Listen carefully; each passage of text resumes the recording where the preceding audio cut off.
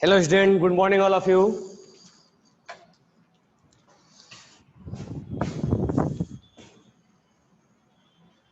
Now start your organic. तो हमने आपको कल क्वेश्चन दिया था और बोला था बना के लाने के लिए, उसी को हम डिस्कस करते हैं। हम पढ़ रहे थे stereoisomerism in alkane. Free radical substitution mechanism में हम स्टीरियो केमिस्ट्री की बात कर रहे थे। तो हेडिंग डाल लेना, हेडिंग डालना stereo chemistry in free radical substitution reaction.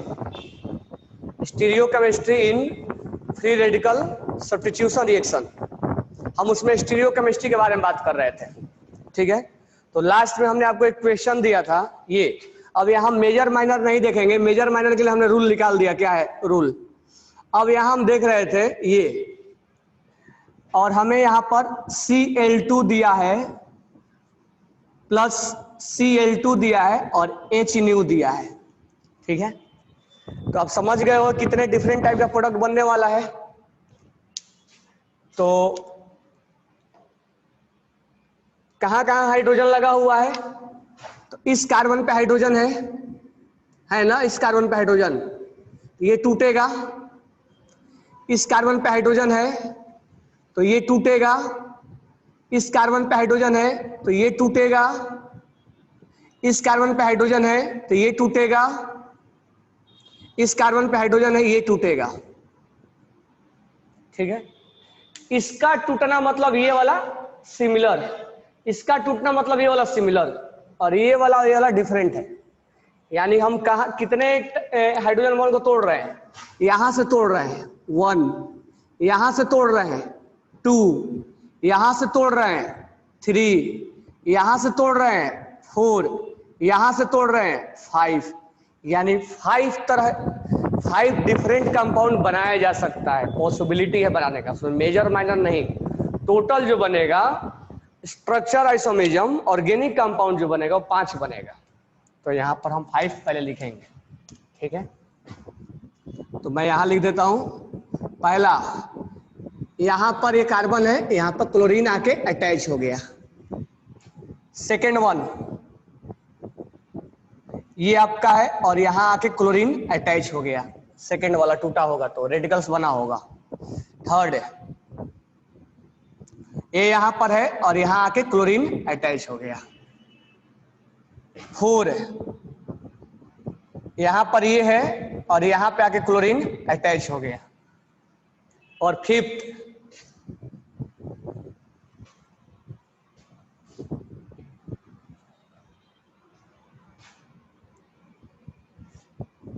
को मैं यहां लिख रहा हूं, यहां पर है और क्लोरीन यहां अटैच हो गया। अगर नोमेनक्लेचर करोगे सबका नाम अलग अलग आएगा, इसका मतलब हमें डिफरेंट प्रोडक्ट मिले हैं। 1 2 3 4 5 यानी 5 टाइप का डिफरेंट प्रोडक्ट मिला है। तो question number 1, total organic compound product, organic compound form, इसका मतलब ओनली स्ट्रक्चरल आइसोमेरिज्म, केवल हमें स्ट्रक्चर देखना है। इसका आंसर हो जाएगा 5। इसमें ये भी लिख देगा एक्सक्लूड स्टीरियोमेरिज्म,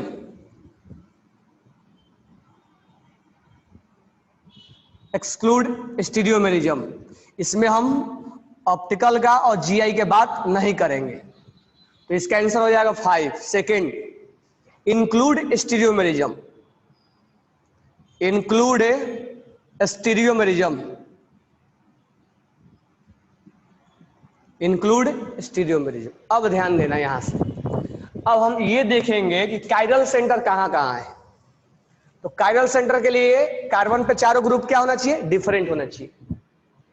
इस कार्बन को ध्यान दो, इस कार्बन पे ये वाला एक ग्रुप और ये वाला एक ग्रुप, 2 ग्रुप डिफरेंट है, लेकिन 2 यहां हाइड्रोजन है। इसका मतलब इसमें कायरलिटी नहीं है। इस कार्बन पे 2 हाइड्रोजन है तो 2 एटम सेम हो गया, इसलिए कायरल नहीं है। इस पे अगर देखेंगे, इस पे कैसे देखेंगे, तो एक ग्रुप ये है और दूसरा कौन है, दूसरा हाइड्रोजन है। 1 और 2 डिफरेंट है,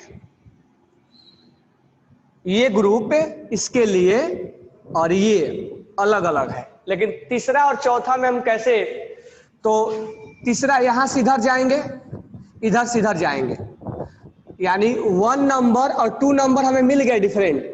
हम तीसरे और चौथा के सर्च कर रहे हैं क्या डिफरेंट है या नहीं है। हमारा कंपाउंड नंबर 1 और कंपाउंड नंबर 2 डिफरेंट हमारा मिल चुका है। हम तीसरे और चौथे को सर्च कर रहे हैं क्या वो डिफरेंट है या नहीं है।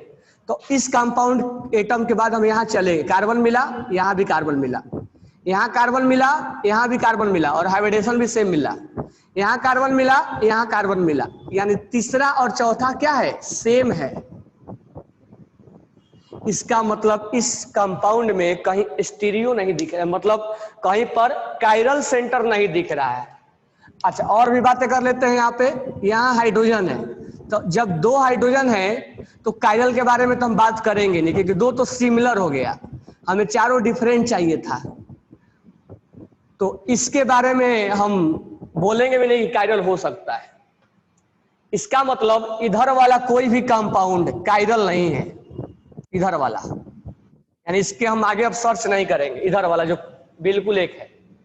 बात रहा यहां और यहां, तो यहां 2 सिमिलर है तो ये भी कायरल नहीं है, और यहां तो यहां वाला 1 और 1 2 अलग अलग था। तीसरे और चौथे के सर्च समझ में आया कैसे किया ना हमने, यहां से दोनों डायरेक्शन में सेम चले, कार्बन कार्बन, हाइब्रिडेशन भी सेम होना चाहिए, कार्बन कार्बन और कार्बन, यानी इसमें हमें कहीं पर ऑप्टिकल आइसोमेरिज्म नहीं देखने को मिल रहा है, क्योंकि कायरल सेंटर ही नहीं है, कायरल सेंटर नहीं है।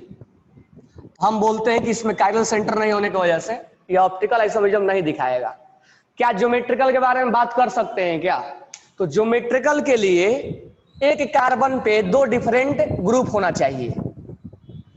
इस कार्बन पे तो 2 डिफरेंट नहीं है, इस कार्बन पे 2 डिफरेंट है, लेकिन अगला 2 कार्बन कौन सा लेंगे, वो है ही नहीं, यानी इसमें ज्योमेट्रिकल भी नहीं दिखाएगा।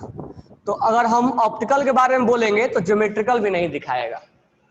ठीक है, अब आते हैं नेक्स्ट क्वेश्चन में। तो यहां तो हम ज्योमेट्रिकल तो देखेंगे नहीं, यहाँ कायरलिटी तो हमें मिलेगा नहीं। हम बात करते हैं यहाँ, तो यहाँ भी हाइड्रोजन है ना, तो यहाँ कायरल हम बात करेंगे नहीं। चलो यहाँ बात करते हैं, तो यहाँ पर ये और ये क्या है, डिफरेंट है ना दोनों ग्रुप। अब तीसरा और चौथे के बारे में बात करते हैं, थर्ड और फोर्थ का। तो यहां से चलो कार्बन मिला, यहां से चलो कार्बन मिला, सेम मिला, यहां से चलो कार्बन मिला, यहां से चलो कार्बन मिला, सेम मिला, यहां से चले कार्बन मिला, यहां से चले कार्बन मिला, यानी तीसरा और चौथा ग्रुप सेम है, 3 and 4 आर सेम। इसका मतलब ये कायरल नहीं है, ये कायरल सेंटर नहीं है, इसका मतलब ऑप्टिकल आइसोमेरिज्म ये नहीं दिखाएगा। ठीक है, अब हम ज्योमेट्रिकल के बारे में बात करते हैं। ज्योमेट्रिकल का क्या हम जानते हैं, उस कार्बन पे अलग अलग ग्रुप होना चाहिए। यहाँ तो 2 हाइड्रोजन है, कभी होगा ही नहीं, यहाँ 2 हाइड्रोजन 2 हाइड्रोजन 2 हाइड्रोजन 2 हाइड्रोजन, यहाँ पर 2 अलग अलग है, लेकिन इसके एक और होना चाहिए ना 2, इसका मतलब ये ज्योमेट्रिकल भी नहीं दिखाएगा। तो ये दोनों कंपाउंड जो है वो ऑप्टिकल और ज्योमेट्रिकल नहीं दिखाएंगे, लेकिन फर्स्ट और सेकंड आर पोजीशन आइसोमर्स। लेकिन हम यहाँ बात कर रहे हैं स्टीरियो का, लेकिन 1 और 2 जो है वो पोजीशन आइसोमर्स है। ठीक है, तो ये भी रिलेशन आपसे पूछ रहे हैं कि ए और बी में क्या रिलेशन है, तो पोजीशन का है। अब बात करते हैं इसमें, यहां से अब इंपॉर्टेंट क्वेश्चन हो जाएगा, इस पे विशेष ध्यान देना। तो यहां पर अगर हम बात करें, पहले हम कायरल सेंटर चेक करते हैं कि कायरल सेंटर कहाँ है। तो यहाँ तो 2 हाइड्रोजन है, होगा नहीं, यहाँ 2 हाइड्रोजन है, होगा नहीं, यहाँ 2 हाइड्रोजन है, होगा नहीं, यहाँ 2 हाइड्रोजन है, होगा नहीं, यहाँ 2 हाइड्रोजन है, होगा नहीं। लेकिन इस पे जैसे हम चेक करेंगे, एक यहाँ हाइड्रोजन लगा हुआ है। अब देखो कैसे चेक करते हैं, एक ग्रुप 2 ग्रुप डिफरेंट है। तीसरा और चौथा का सर्च करते हैं, इधर गए कार्बन मिला, इधर गए कार्बन मिला, लेकिन इस कार्बन पे एक ग्रुप लगा हुआ है और इस कार्बन पे हाइड्रोजन लगा हुआ है और यहाँ CH3 लगा हुआ है, यानी ये अलग ग्रुप हो जाएगा, इसको थर्ड बोल देते हैं और इसको 4 बोल देते हैं। तो ये इसके लिए अलग हो जाएगा और ये इसके लिए अलग हो जाएगा। इसका मतलब this one is chiral centre हो जाएगा। तो यहां एक हमें कायरल सेंटर मिला, क्योंकि जब यहां से इधर जाओगे तो यहां पर कार्बन मिला, यहां गए तो कार्बन मिला, लेकिन कार्बन पे अटैचमेंट अलग है, CH3 का है और यहां हाइड्रोजन का है, इसीलिए ये ग्रुप और ये ग्रुप अलग माना जाएगा। तो यहां से दोनों तरफ चलना है और चल के देखना है। तो कायरल सेंटर हमें एक मिला, हमने स्टार लगा दिया, ठीक है। यानी ये कंपाउंड ऑप्टिकल आइसोमरिज्म शो करेगा और एक ये वाला R दिखाएगा तो दूसरा क्या दिखा देगा, S। यानी एक R होगा तो दूसरा S होगा, यानी एक लाइट को क्लॉकवाइज मोड़ेगा तो दूसरा एंटी क्लॉकवाइज मोड़ेगा, ठीक है। हो सकता है जब ऊपर से अटैक करे, जब यहाँ रेडिकल्स बना होगा, अटैक होने के पहले यहाँ रेडिकल्स बना होगा, sp2 होगा, तो ये अटैकिंग ऊपर से भी होगा और अटैकिंग नीचे से भी होगा, क्योंकि वो प्लेनर है। तो ऊपर से भी Cl आ सकता था और नीचे से भी आ सकता था, इसीलिए यहाँ 2 बनेगा, क्योंकि कायरल है ये। तो यहां हमें ऑप्टिकल आइसोमर्स कायरल सेंटर देखने को मिल गया। अब हम बात कर लेते हैं ज्योमेट्रिकल का, क्योंकि इंपॉर्टेंट पॉइंट है स्टीरियोमेरिज्म। हमें केवल ऑप्टिकल की बात नहीं करेंगे, हम ज्योमेट्रिकल का ही बात करेंगे, ठीक है। ज्योमेट्रिकल में क्या सिखाया था कि कोई भी 2 कार्बन पकड़ो और उसमें दोनों ग्रुप अलग अलग होना चाहिए। पहले ही हमारा दिमाग में है कि दोनों ग्रुप अलग अलग होना चाहिए। इस कार्बन पे 2 हाइड्रोजन है, हो नहीं सकता है। इस कार्बन पे 2 हाइड्रोजन है, हो नहीं सकता है। 2 हाइड्रोजन है, हो नहीं सकता है। 2 हाइड्रोजन हो नहीं सकता, लेकिन इसमें और इसमें चेक करेंगे।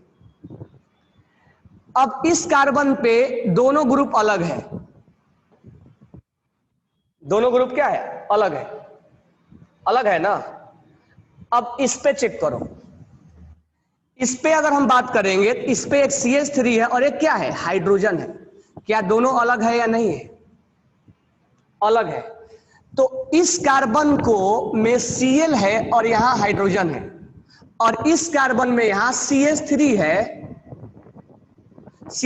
है और एक हाइड्रोजन है। अच्छा, अलग एक कार्बन, ये दोनों के बीच में सिंगल है, CH3 है और H है, ये वाला दोनों हमने लिया है। ये दोनों Cl है और H और CH3, इन दोनों के बीच में सिंगल बॉन्ड है तो रोटेट कर जाएगा, लेकिन रोटेशन को रोकने के लिए या तो डबल लगा दो या तो रिंग लगा दो। तो इनके बीच में क्या है, रिंग है, ताकि ये रोटेशन क्या हो जाए, रुक जाए। तो रोटेशन को रोकने के लिए दोनों के बीच में रिंग लगा हुआ है। या तो डबल बॉन्ड का रोटेशन रिस्ट्रिक्टेड होता है या तो रिंग का रोटेशन रिस्ट्रिक्टेड होता है। तो इस दोनों के अलोंग, इस दोनों के अलोंग अगर हम नंबरिंग करें तो 1 1 2 1 और 2 के बीच में, दोनों के बीच में क्या होगा, GI दिखाएगा, यानी इसके बीच में GI दिखाएगा, GI दिखाएगा।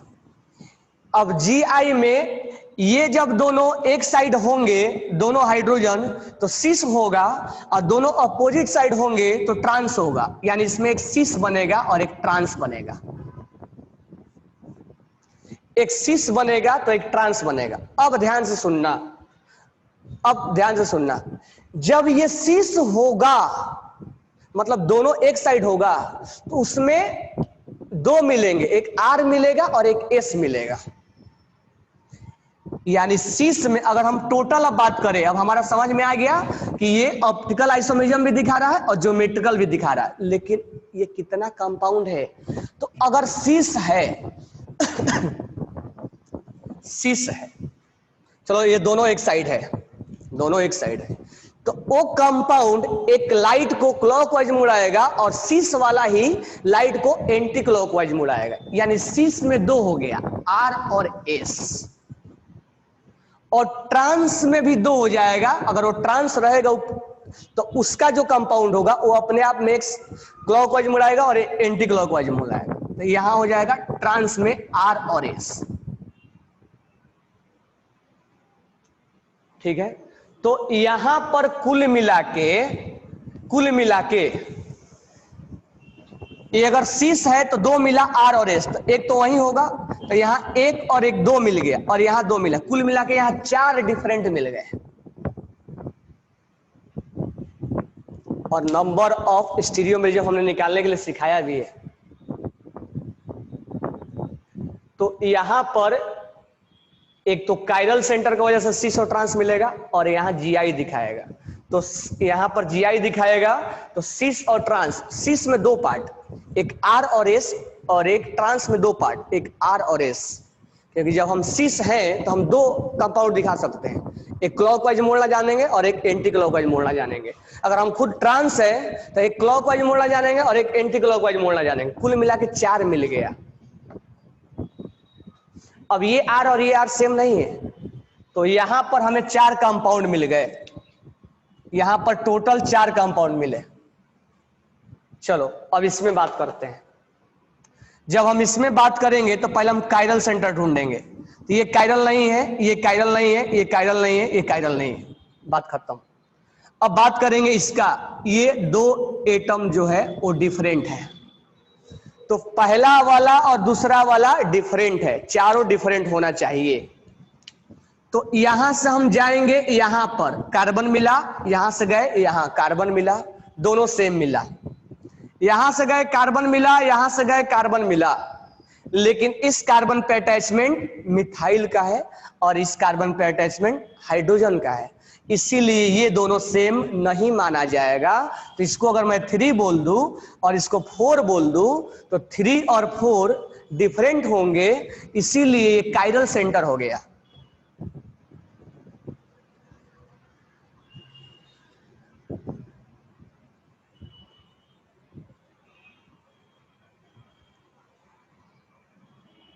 हाँ एक चीज और है, सही बोल रहे हो, बिल्कुल करेक्ट है। इसमें एक और कायरल सेंटर है, चलो उसको एक और, ये भी कायरल सेंटर है, सही बोल रहे हो। तो पहले इसको कर लेते हैं। तो ये कायरल सेंटर, ये हमारा कायरल सेंटर निकल गया, ठीक है। इसी पे समझा दे रहा हूं मैं। अगर यहां इस एटम के बारे में बात करें तो यहां पर पहले मैं क्या करता हूं, यहां पर टोटल कंपाउंड हटाता हूं, ठीक है। ये हमारा अभी तक ये एक कायरल मिल गया और एक क्या मिल गया, जीआई मिल गया, ठीक है। अब एक और मिलेगा, सही बोलो। तो अब यहां पर हम कर रहे हैं, ये हमारा एक कायरल मिल गया, हमने स्टार लगा दिया, ये भी एक कायरल होगा। देखो ये एक कार्बन जो है, एक ग्रुप लगा हुआ मिथाइल और एक हाइड्रोजन, यहां गए तो कार्बन, यहां गए तो कार्बन, यहां गए तो कार्बन और क्लोरीन, और यहां गए तो कार्बन और हाइड्रोजन। इसका मतलब दिस वन इज ऑल्सो एक कायरल, ये भी एक कायरल है, यानी इसमें दो दो कायरल मिल रहे हैं, दो दो कायरल मिल रहे हैं, ठीक है। 6 हो जाएगा ये, तो इसमें दो दो कायरल मिल रहे हैं ये। और अब बात करते हैं जीआई का, तो ओआई में 2 कायरल मिले, तो इस कंपाउंड में ओआई करेगा कि नहीं करेगा, हाँ ओआई करेगा। और कायरल सेंटर कितने हैं, कायरल सेंटर जो है वो 2 है, इसमें भी कायरल सेंटर 2 होगा। मैंने एक का डिस्कशन किया है, एक का भी कर रहा हूं। कायरल सेंटर 2 होगा इसमें, एक का मैं कर दिया हूं। अब यहां पर हम जीआई देखते हैं, तो जीआई इसी के रेफरेंस में देखेंगे। अब इस कार्बन पर लगा हुआ दोनों एलिमेंट एटम क्या है, अलग है, और इस कार्बन पर लगा हुआ दोनों एटम क्या है, अलग है, और दोनों को रोटेशन रोकने के लिए कौन है, रिंग, यानी ये कंपाउंड इसके और इसके एलोंग जीआई भी दिखाएगा, ये जीआई भी दिखाएगा, ठीक है। अब एक चीज यहां पर छूटा हुआ था, चलो आते इस पे। यहां पर था, ये कायरल सेंटर था और ये भी एक कायरल सेंटर है, क्यों, क्योंकि इस पे मिथाइल है और ये 1 नंबर और 2 नंबर डिफरेंट है। अब 3 और 4 को सर्च करेंगे, तो जब इधर गए तो कार्बन, इधर गए तो कार्बन, और कार्बन पे लगा हुआ क्लोरीन, यानी ये वाला और ये वाला अटैचमेंट अलग अलग है, यानी 3 और 4 डिफरेंट है, यानी this one is also a chiral atom, यानी यहां कायरल सेंटर 2 है, एक कायरल सेंटर ये है और एक कायरल सेंटर ये है। तो यहां 2 कायरल सेंटर है और जीआई है, सेम टू सेम, यहां भी 2 कायरल सेंटर होगा और जीआई होगा, यानी यहां पर 2 कायरल सेंटर और जीआई, यहां भी 2 कायरल सेंटर और जीआई। तो आप बताओ इसमें से टोटल नंबर ऑफ स्टीरियोमर्स कितना आएगा, 2 कायरल सेंटर और 1 जीआई दिखाने के बाद टोटल कितना आपका,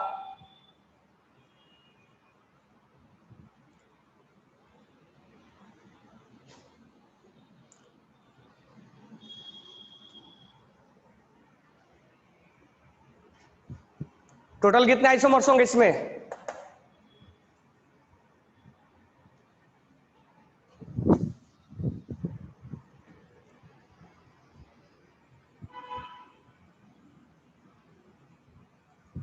टोटल स्टीरियोमर्स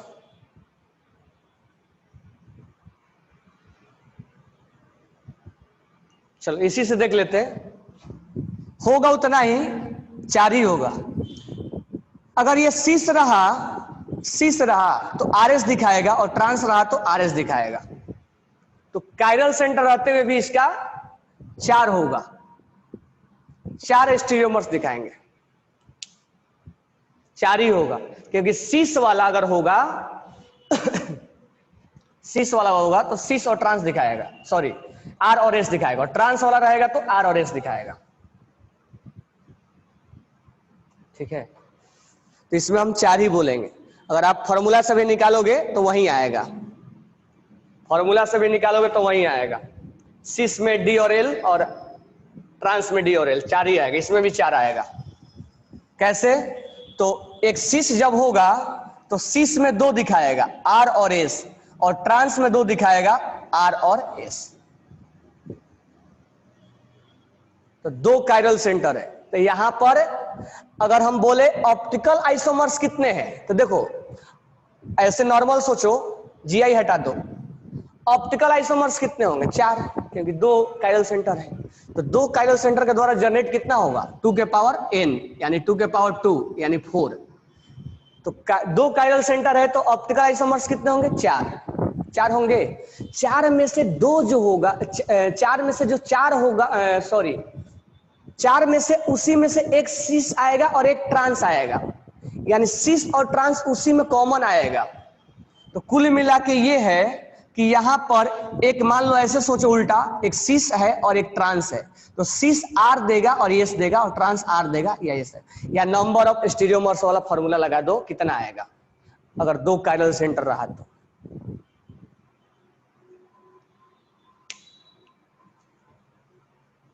आठ नहीं, जो सिस में होगा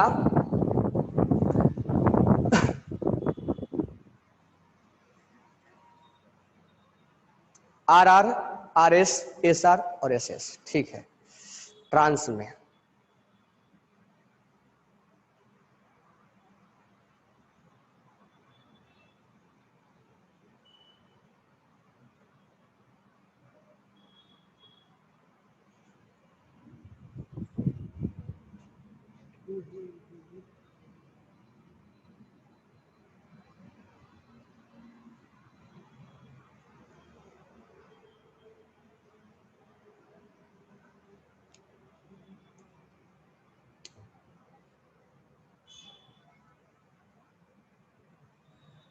चलो इसको लेते हैं CS3।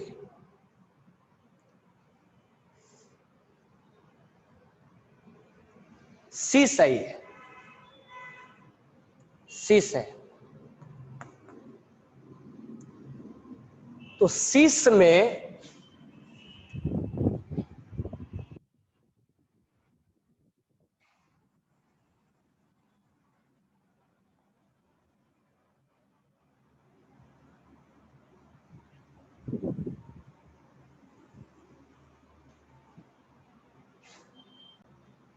तो इस क्वेश्चन में 2 कायरल सेंटर है और एक जीआई भी दिखा रहा है।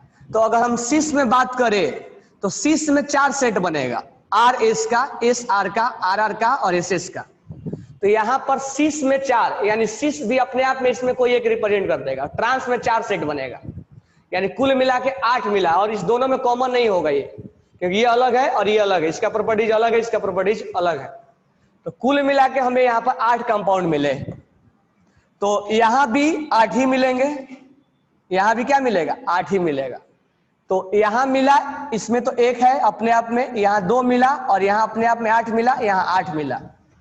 अब इसमें देखो, इसमें मेरे को बताओ, ये 5वां है, 5th में, 5th में मेरे को बताओ कि क्या ये कायरल सेंटर है या नहीं? इसमें कायरल सेंटर इसमें है या नहीं? 5th वाले में कायरल सेंटर है या नहीं है? तो फिफ्थ में देखने के लिए देखो कैसे देखेंगे, ये तो कायरल हो नहीं सकता है, ये हो नहीं सकता, ये हो नहीं सकता, ये हो नहीं सकता, क्योंकि दोनों, अब बात रहा इसका, तो यहाँ हाइड्रोजन है और यहाँ क्लोरीन है, दो तो डिफरेंट है, और हम तीसरे और चौथे की सर्च कर रहे हैं। तो इधर गए कार्बन, इधर गए कार्बन, इधर गए कार्बन, इधर गए कार्बन, इधर गए कार्बन, इधर गए कार्बन, तो अभी तक सब कुछ सेम मिला, और ये जो कॉमन था उसमें तो सेम है, तो अलग हम बोल नहीं सकते, तो ये कायरल नहीं दिखा रहा है। यहां से कायरलिटी चेक करते हैं, तो ये दोनों ग्रुप डिफरेंट है। अब तीसरे और चौथे की सर्च करते हैं, इधर गए तो कार्बन, इधर गए तो कार्बन, इधर गए तो कार्बन, इधर गए तो कार्बन, अभी तक सब कुछ से मिल रहा है, इधर गए तो कार्बन, इधर गए तो कार्बन, और दोनों पे मिला है common, chlorine is common for both side, तो हम अलग अलग नहीं बोलेंगे, तो ये भी कायरल नहीं है। लेकिन कायरल नहीं है, क्या ये जीआई दिखाएगा या नहीं दिखाएगा? क्या ये जीआई दिखाएगा या नहीं दिखाएगा? ये फिफ्थ वाला जो कंपाउंड है वो जीआई दिखाएगा, दिखा देगा। देखो ये दोनों डिफरेंट है और ये दोनों डिफरेंट है, और दोनों को रोटेशन को कौन रोक रहा है? ये रिंग, तो ये जीआई दिखा देगा, यानी this one is no chiral centre. तो ऑप्टिकल आइसोमर्स तो नहीं दिखाएगा, लेकिन जीआई दिखा देगा, और जीआई में सिस होगा और ट्रांस होगा, यानी ये अपने आप में कितना कंपाउंड होगा? 2।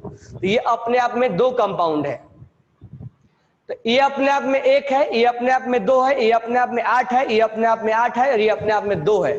तो टोटल अगर पूछेगा number of compound form with include stereoisomers, तो 1 2, अब ये भी काउंट होगा, और यहाँ 8, अब ये बोलोगे सर स्टीरियोमर्स नहीं है, टोटल पूछा है विथ इंक्लूड स्टीरियोमर्स, ये अपने आप में 8 है, तो यहाँ स्टीरियोमर है 8 8 16 17, एक ही बनेगा ना, 8 16 17 18 19 20, यानी टोटल यहाँ 20 बन गए।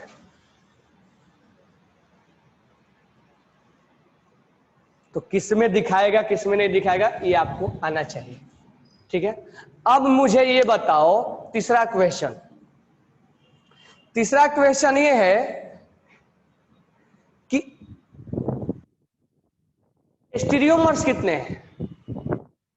स्टीरियोमर्स किस, रिजर्वेबल, रिजर्वेबल कितने हैं?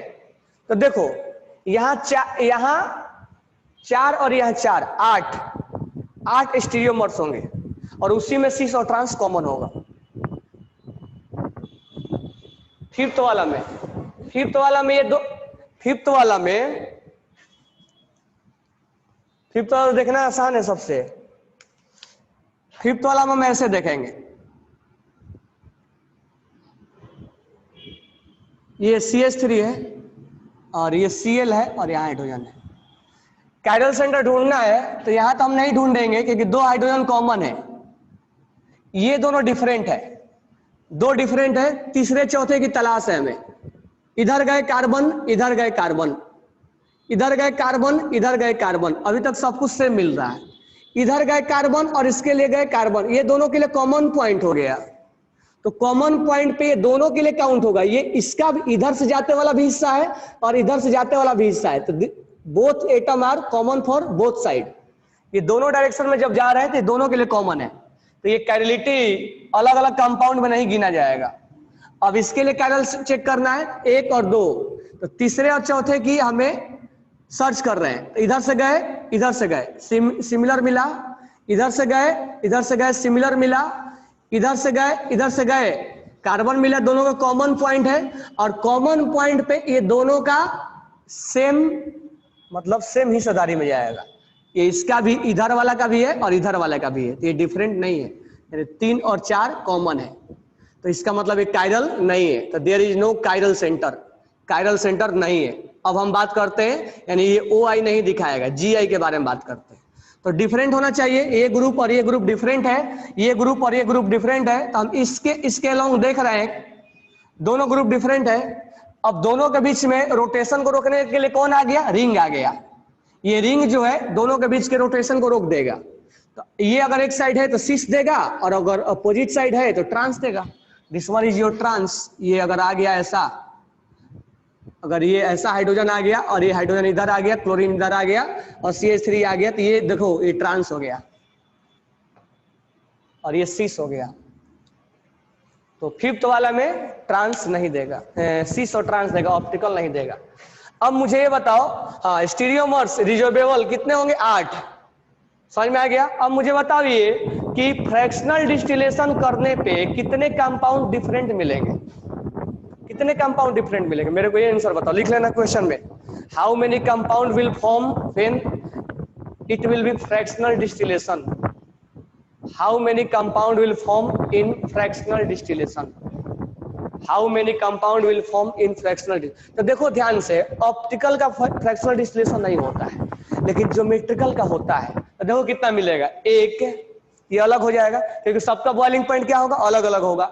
1, 2। अब इसमें जो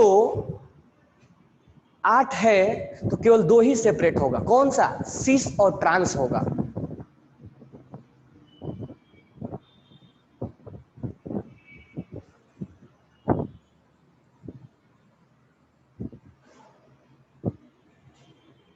तेईस आ रहा है, 22 आ रहा है?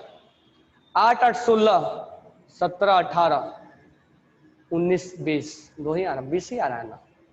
अब कहां से 2 आएगा? इसमें सिस ट्रांस अलग से थोड़े काउंट करोगे।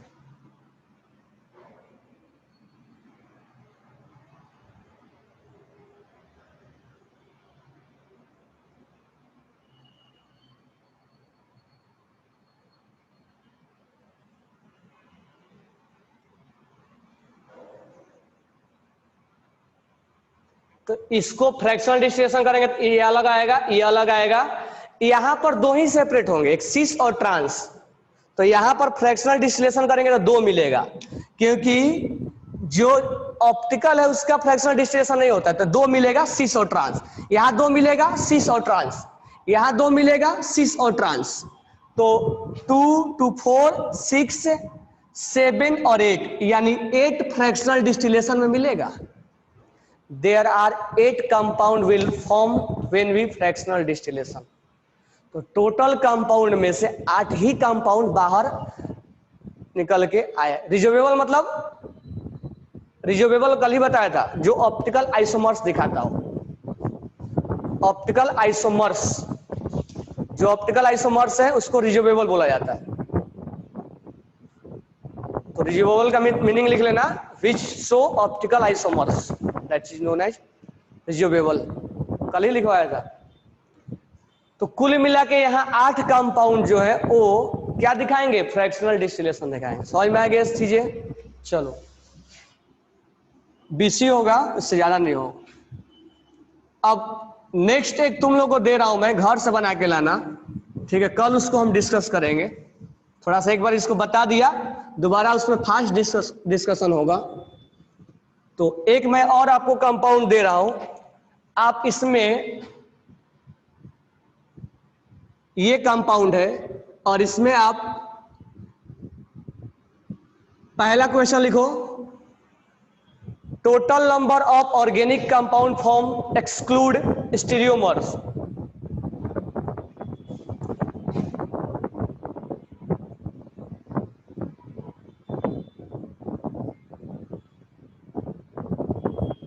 आज पहले 5 में 3 नहीं गिने,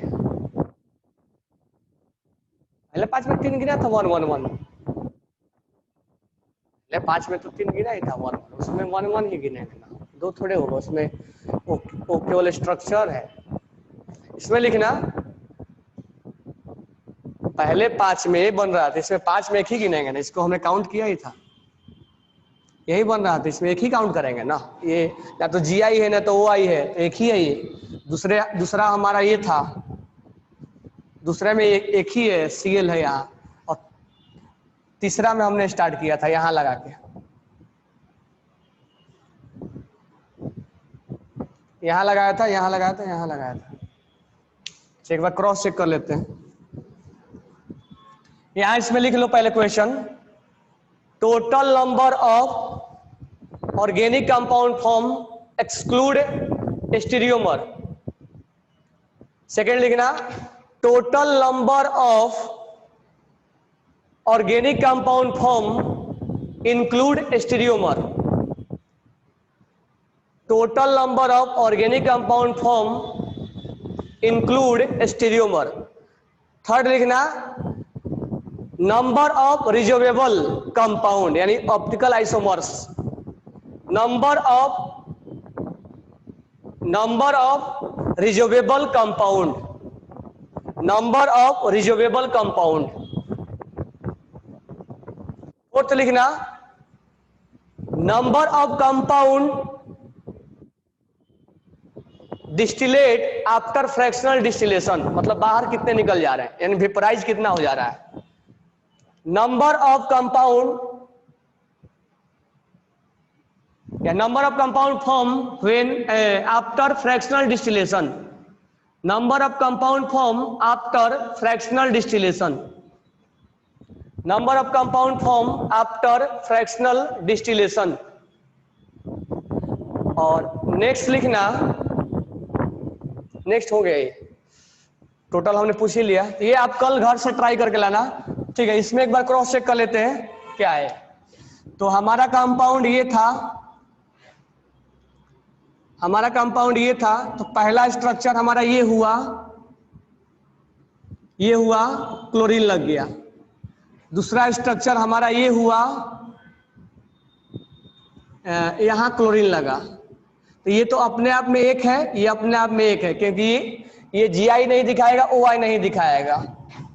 और तीसरा जो है वो यहां वाला और यहां वाला, ये जो है दोनों, ये हमें ये कायरल सेंटर है, और this one is also a chiral centre. और चौथा कौन है, तो this one is a chiral centre.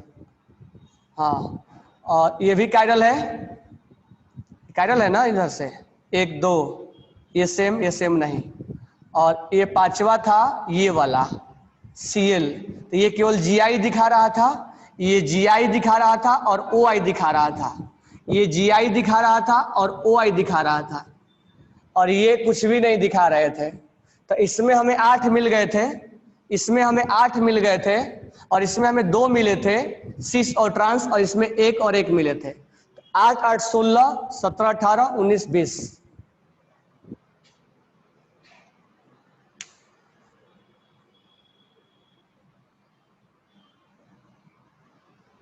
तो ये लिख लेना, इसको घर से कल ट्राई करके लाना। तो नेक्स्ट हेडिंग डाल लो, free radical substitution for allylic compound.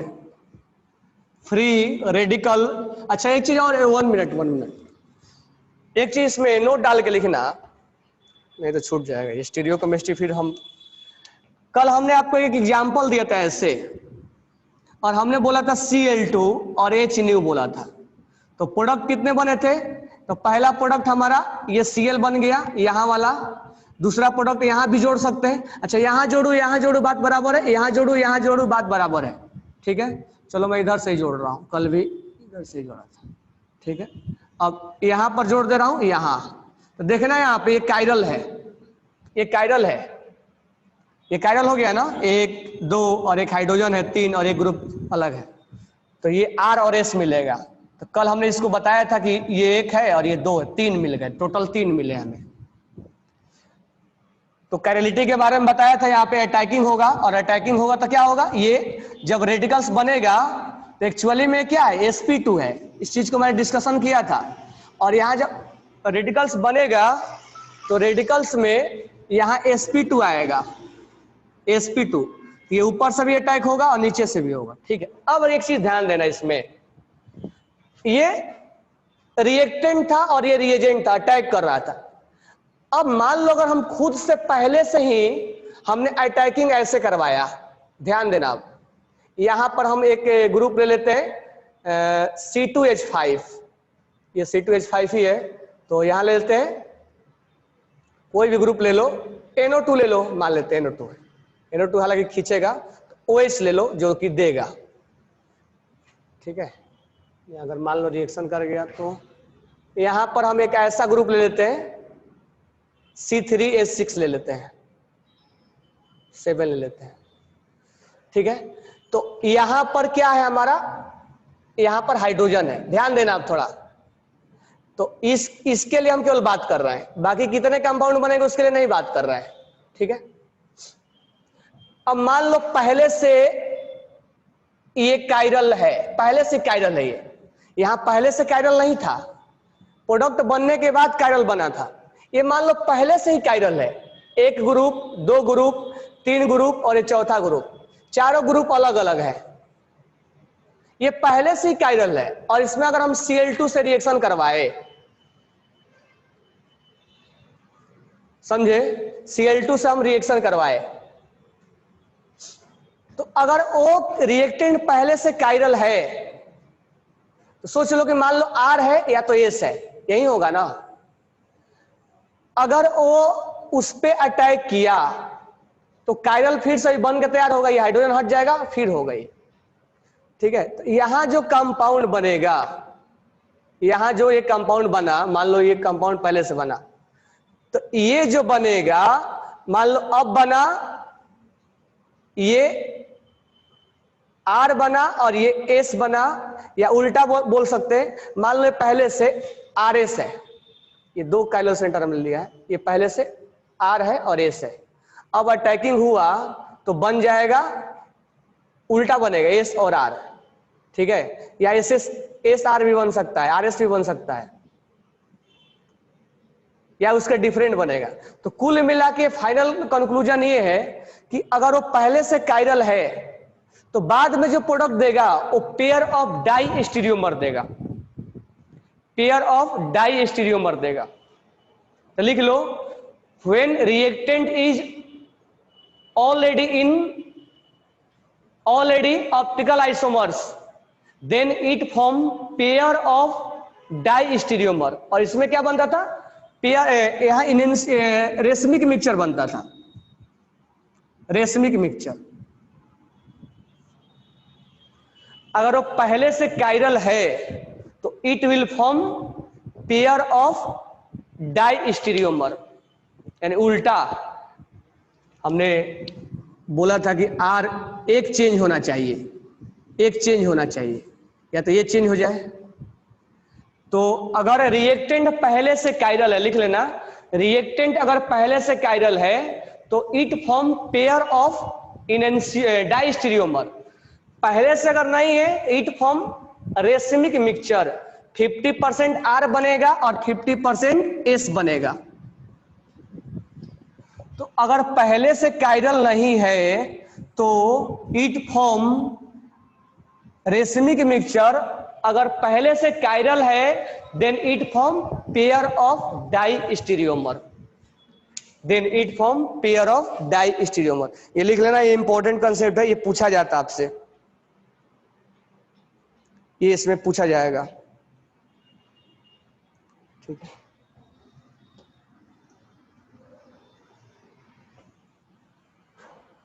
Next निकला allylic free radical substitution.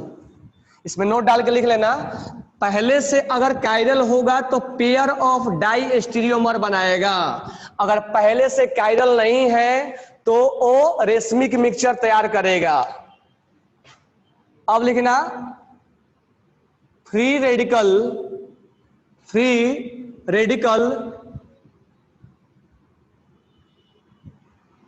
Substitution reaction for allylic compound. पहला बात ये एलाइलिक कंपाउंड हम बोलेंगे किसको। अब ध्यान दो, इधर C डबल बॉन्ड C और C है, ये है। अब यहां पर लगा हुआ है हाइड्रोजन, यहां पे लगा हुआ हाइड्रोजन, यहां पे लगा हुआ हाइड्रोजन, यहां पे लगा हुआ हाइड्रोजन। अब यहां पर हमने क्लोरीन के साथ रिएक्शन करवाया, या ब्रोमीन के साथ करवाते हैं, पहले ब्रोमीन के साथ रिएक्शन करवाया और H न्यू बना। अब मुझे यहां पर बताना है कि प्रोडक्ट क्या बनेगा और कौन स्टेबल प्रोडक्ट होगा। तो अब यहां से जो हम प्रोडक्ट बनाने की कोशिश करेंगे, तो या तो मैं इस, ध्यान से सुनना, या तो मैं इस हाइड्रोजन को तोड़ दूं, या तो मैं इस हाइड्रोजन को तोड़ दूं, या तो मैं इस हाइड्रोजन को तोड़ दूं। तो मुझे बताओ 1 नंबर, 2 नंबर और 3 नंबर, किस नंबर पे रेडिकल सबसे ज्यादा स्टेबल होगा? किस नंबर पे रेडिकल सबसे ज्यादा स्टेबल होगा। यानी हमने 3 हाइड्रोजन को तोड़ा है, यहां हम मेजर प्रोडक्ट के बारे में बात करने लगे हम। तो किस नंबर पे रेडिकल सबसे ज्यादा स्टेबल होगा। एक आंसर आ गया सोहम का, करेक्ट भी है। किस नंबर वाला हाइड्रोजन अगर हम तोड़े तो सबसे ज्यादा स्टेबल होगा, इसी को बोलते हैं एलाइलिक। डबल बॉन्ड के जो कार्बन है that is known as allylic carbon, allylic carbon. Double bond के जैसे ये अल्फा बोल दो इसको। तो अगर मान लो हमने इसको तोड़ा, तो अब मैं हाइड्रोजन नहीं लिख रहा हूं, इसको तोड़ेंगे तो ये रेडिकल बन जाएगा। दूसरे को तोड़ेंगे तो सी डबल बॉन्ड सी और ये रेडिकल बन जाएगा। तीसरे को तोड़ेंगे तो ये रेडिकल बन जाएगा। अब मुझे बताओ तीनों में से ज्यादा स्टेबल रेडिकल कौन है, विच वन इज स्टेबल। तो हमारा आंसर होगा दिस वन इज स्टेबल। क्यों? क्योंकि ये रेडिकल रिजोनेंस में है, here resonance will occur. Double single और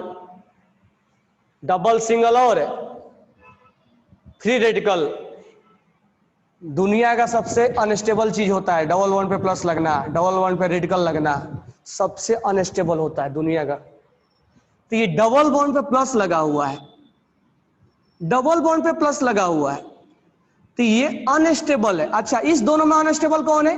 ये ज्यादा है, क्योंकि ये एटलीस्ट 2 डिग्री है और ये 1 डिग्री है। तो इसके ये दोनों जो है इसके कंपेयर में तो अनस्टेबल है, लेकिन इन दोनों में स्टेबल कौन है? ये। यानी स्टेबिलिटी ऑर्डर क्या होगा? 1 2 3। 1 क्यों ज्यादा है? तो रिजोनेंस है। 2 क्यों अनस्टेबल है? डबल बॉन्ड पे अगर रेडिकल लगता है, लिख लेना, दुनिया का सबसे अनस्टेबल होता है। ये सब जियोसी में बता चुका हूं। अब यहां पर इसमें तो ये 2 डिग्री है और ये 1 डिग्री है, तो इसके वजह से इन दोनों में स्टेबिलिटी 2 का ज्यादा होगा, 3 का कम होगा। ठीक है, तो यहां जो अगर हम क्वेश्चन में लिखेंगे, अगर हम यहां पर क्वेश्चन में प्रोडक्ट लिखते हैं, नंबर ऑफ कितने प्रोडक्ट बनेंगे वो हम नहीं लिखेंगे। अब यहां पर एक मेजर प्रोडक्ट लिखेंगे, तो हमारा जो मेजर प्रोडक्ट होगा वो ये होगा। यहां पर हम ब्रोमीन जोड़ देंगे, और ब्रोमीन ऐसे भी मेजर प्रोडक्ट वही होता है जहां वो स्टेबिलिटी सर्च करता है, तो ब्रोमीन के केस में वो स्टेबिलिटी सर्च करेगा। ठीक है, अब ध्यान देना, एक नेक्स्ट मैं बता रहा हूं। अगर मान लो सी डबल बॉन्ड सी है और सी है, ठीक है, और यहां है CH3 और यहां है H। ध्यान देना कैसे एग्जाम्पल पूछे जाते हैं। चलो यहां CH3 ही लिख देते हैं, 4 बॉन्ड बना दिया ये।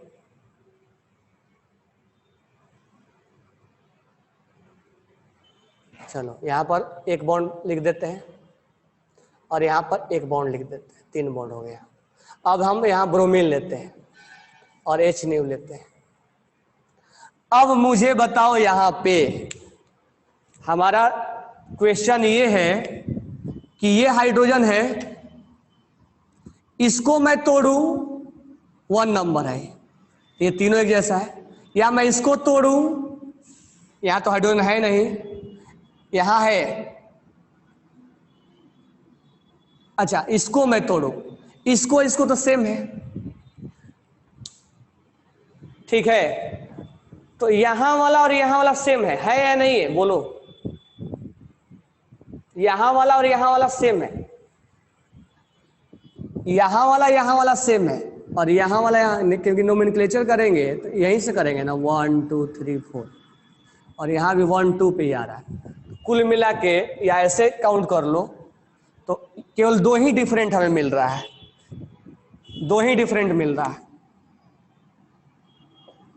तीसरा अगर लेंगे और ये चौथा अगर मान लेते हैं तो 3 और 4 बराबर है, सिमिलर है, और 3 और 4 बोलो तो फर्स्ट भी सिमिलर है। क्यों? क्योंकि डबल बॉन्ड के यहां दूसरे पे है, यहां दूसरे पे, ये डबल बॉन्ड पे डायरेक्ट लगा हुआ, डबल बॉन्ड के डायरेक्ट लगा हुआ, ये भी डबल बॉन्ड पे डायरेक्ट लगा हुआ, सिमिलर है ना। यहां पर हमें कुल मिला के 3 और 4 और 1 सिमिलर है, 3 4 और 1 सिमिलर है। डिफरेंट कौन है? 1 और 2, 1 और 2। तो हमें अब मुझे बताओ कि 1 और 2 में रेडिकल कहाँ स्टेबल होगा? 1 वाला में और 2 वाला में रेडिकल कहाँ स्टेबल होगा? क्योंकि 3 और 4 तो सेम है।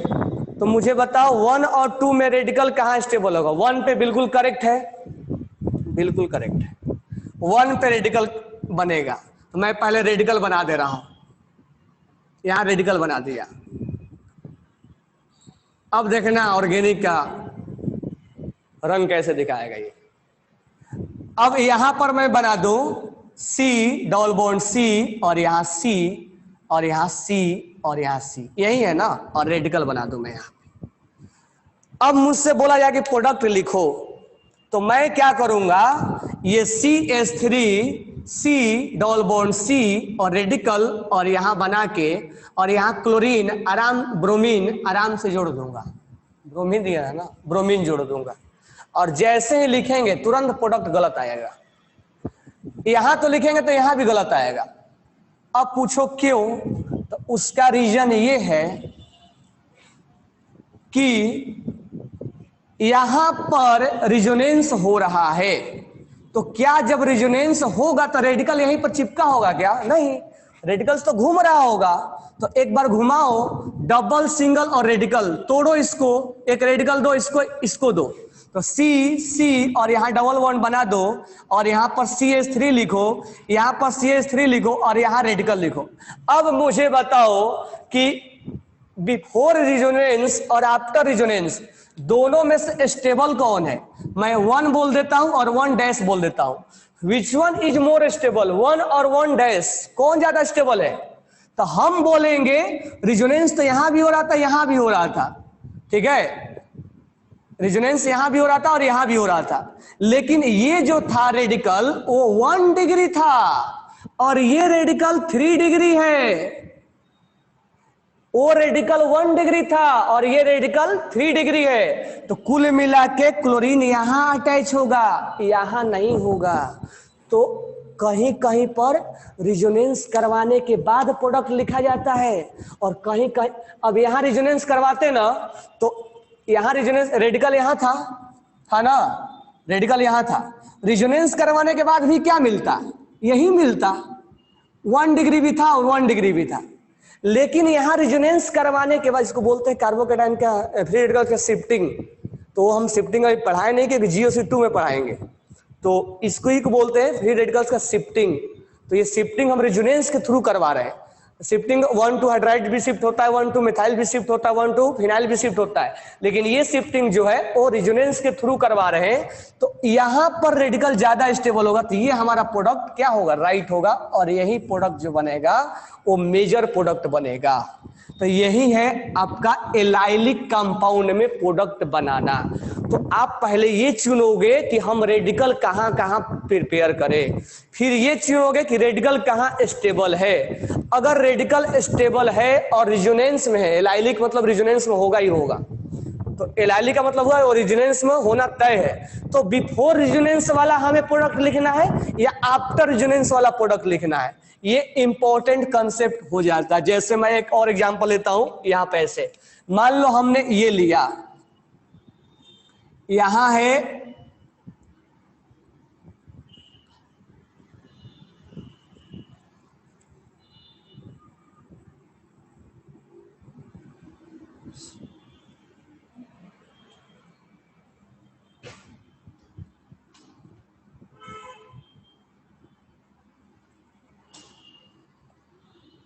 अब सुघर से थोड़ा ट्राई करना, ठीक है। हाइड्रोजन हर जगह है,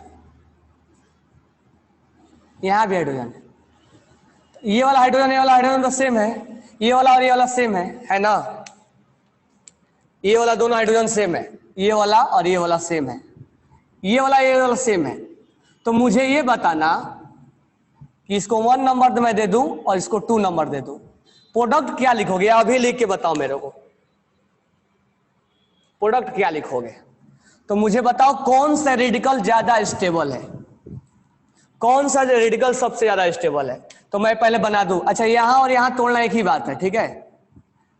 तो यहां पर मैं तोड़ दिया और बना दिया यहां रेडिकल, एक रेडिकल हमने यहां तैयार किया और एक रेडिकल मैं यहां तैयार कर रहा हूं, एक रेडिकल यहां तैयार कर रहा हूं यहां पे, ठीक है? और यहां पर लगा हुआ है आपका, ये रेडिकल पे लगा हुआ है, ये सी लगा हुआ है और कुछ नहीं है, ठीक है? और यहां पर लगा हुआ है, एक सी लगा हुआ है और यहां सी लगा हुआ है। अब मुझे ये बताओ कि कौन सा रेडिकल ज्यादा स्टेबल है, ये वाला कि ये वाला? तो देखो, डबल सिंगल और रेडिकल ये रिजोनेंस में है, डबल सिंगल और रेडिकल ये भी रिजोनेंस में है, लेकिन which one is more stable? दोनों रिजोनेंस में हो गया। तो ये 2 डिग्री रेडिकल है और ये 1 डिग्री रेडिकल है। तो जब रिजोनेंस कॉमन हो गया तो हम 1 डिग्री और 2 डिग्री पे चले जाएंगे, तो दिस वन इज स्टेबल। तो अब यहां पर एक चीज हमें समझ में आ गया कि इसका हम प्रोडक्ट नहीं बनाएंगे। अब हम यहां सिलेक्शन करेंगे कि बिफोर रिजोनेंस बनवाएं या आफ्टर रिजोनेंस बनवाएं। तो अब यहां पर हम एक आफ्टर रिजोनेंस वाला प्रोडक्ट लिखते हैं। तो डबल सिंगल और रेडिकल वाला हम रिजोनेंस करवा दिए और ये रेडिकल आ गया यहां। तो ये बिफोर रिजोनेंस है और ये आफ्टर रिजोनेंस है। तो मुझे बताओ, बिफोर रिजोनेंस वाला प्रोडक्ट लिखोगे कि आफ्टर रिजोनेंस वाला प्रोडक्ट लिखोगे? तो हमारा आंसर होगा आफ्टर रिजोनेंस वाला प्रोडक्ट लिखेंगे, क्योंकि यहां पर ये रेडिकल्स 3 डिग्री है। तो इस चीज को हम पहले वाला नहीं, सेकेंड वाला हो जाएगा। इस दोनों में ये वाला डिसाइड होगा और इस दोनों में बिफोर, पहले आप ये चुनोगे स्टेबिलिटी कहाँ है, उसको चुनने के बाद बिफोर रिजोनेंस या आफ्टर रिजोनेंस वाला प्रोडक्ट दिखना है। ये बहुत ज्यादा इंपॉर्टेंट कंसेप्ट हो जाता है इसका। तो कल मैं इसको आगे बताता हूं। तो कल जो स्टीरियोमेरिज्म वाला जो क्वेश्चन है वो भी करेंगे और इसको भी हम आगे और थोड़ा डिटेल में सिखाते हैं, क्योंकि अभी टाइम नहीं है। Okay, thanks to all. इसको कल हम आगे कंटिन्यू